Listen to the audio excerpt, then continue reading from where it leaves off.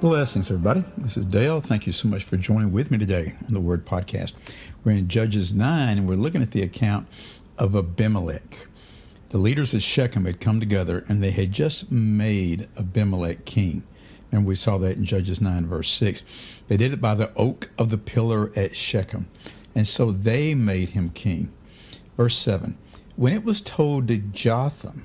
Now remember, Jotham was the one son of Gideon that they were not able to kill. They killed 70, Abimelech did, killed 70 sons of Gideon. But this son got away. And so it looks like the way the destruction away this says that Jotham is also a son of another concubine or something like that. So Jotham hears about this.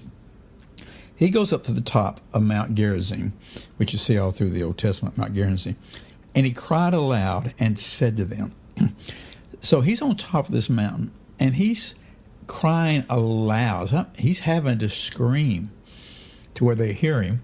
It also means they're not that far away.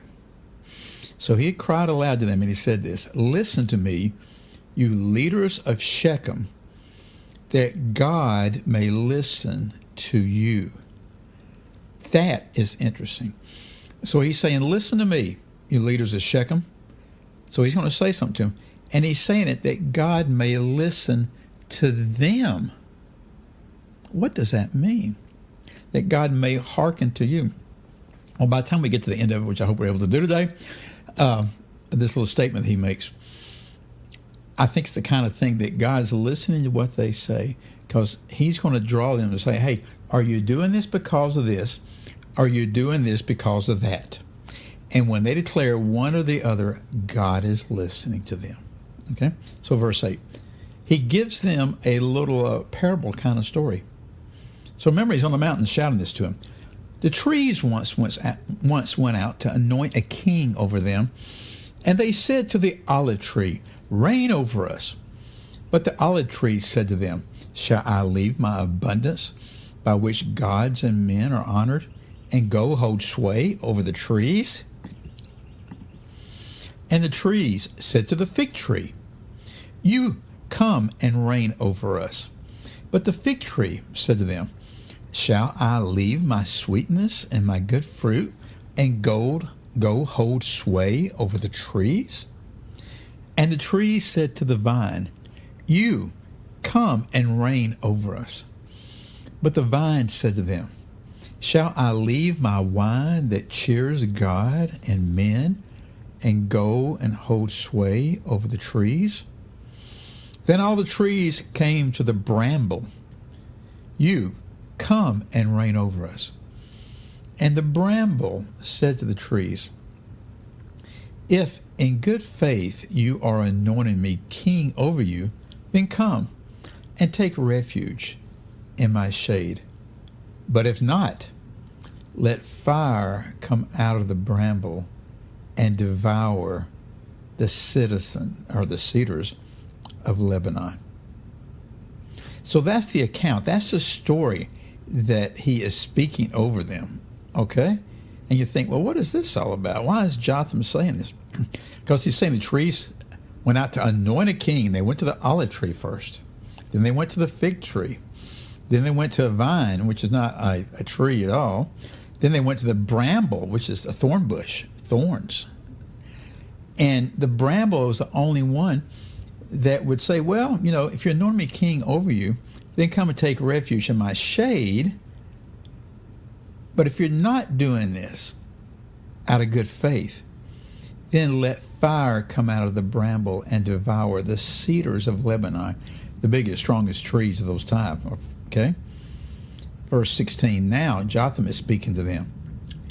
Now therefore, if you acted in good faith and integrity when you made Abimelech king, and if you've dealt well with Jerubbaal and his house, and have done to him as his deeds deserve, and then he says this parenthetically like, for my father fought for you and risked his life and delivered you from the hand of Midian.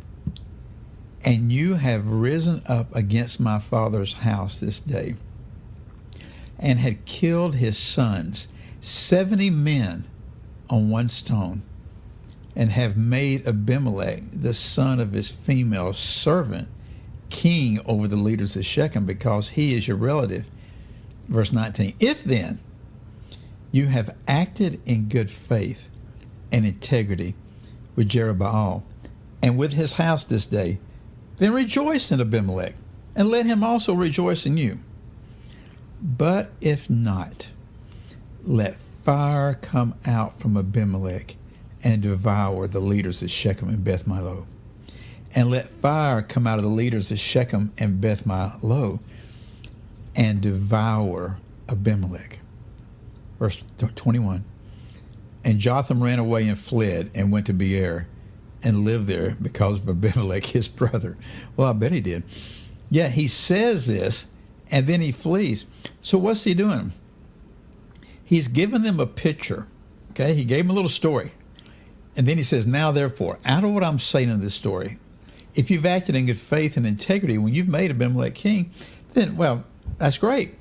If you've dealt well with Jerubbaal and his house and have done to him as his deeds deserve. They had not done well. And he didn't even leave it open for interpretation. He tells them, you killed his 70 sons. And the little parenthetical thing that he states there in verse 17 and 18, he reminds them, my father, Gideon, Jerubbaal, fought for your life. He risked his life and delivered you. But what have you done? You've risen up against his house. You've killed his sons. You've made Abimelech, the son of his female servant, a lexicon says his slave woman. The other translations say maidservant. It also can be translated as concubine, which you see in several things.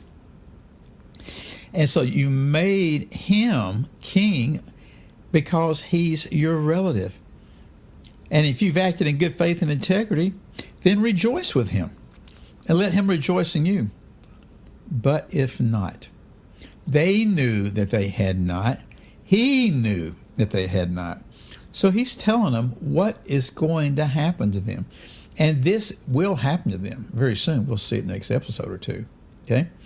Let fire come out from Abimelech and devour the leaders of Shechem and Beth Milo.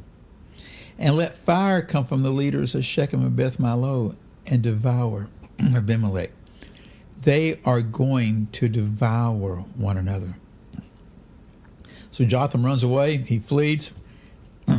Verse 22, last one we'll look at. Abimelech ruled over Israel 3 years. So he became king. He was the king, as I said in the previous episode, that usurped the position. Notice the people made him this.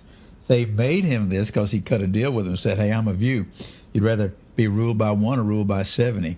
They said, well, we'd rather be ruled by you because you're one of us. He says, that's what I agreed to. He agrees to it. He goes and kills the 70 brothers. That's tough stuff right there. And he rules for 3 years. But fear not. God's about to deal with him. We'll see that next episode. I'll see y'all then. Goodbye.